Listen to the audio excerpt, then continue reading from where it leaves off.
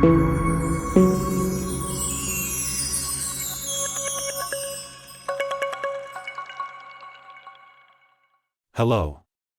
In this video we are going to cover how to clean the top burners on our AGR series gas ranges.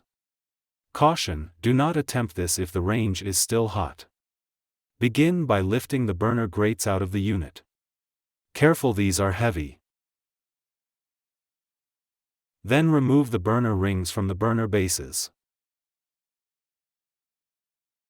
Now lift the burner base and tube up and towards the back of the range to remove them. The top grates, burner rings, and burner bases are all made out of cast iron, and washing them with soap and water can cause them to rust. We recommend using a stiff bristle brush to clean any debris from the burner. Once the burners are clean of dirt and debris to reinstall, then simply put them back the same way you removed them. Pay special attention to the end of the tube on the burner bases. The hole in the center of these tubes will need to go over the brass orifice that is sticking out inside of the unit. Now all that's left is to put the burner rings back on the bases and set the burner grates back in place. Thank you for watching this training video.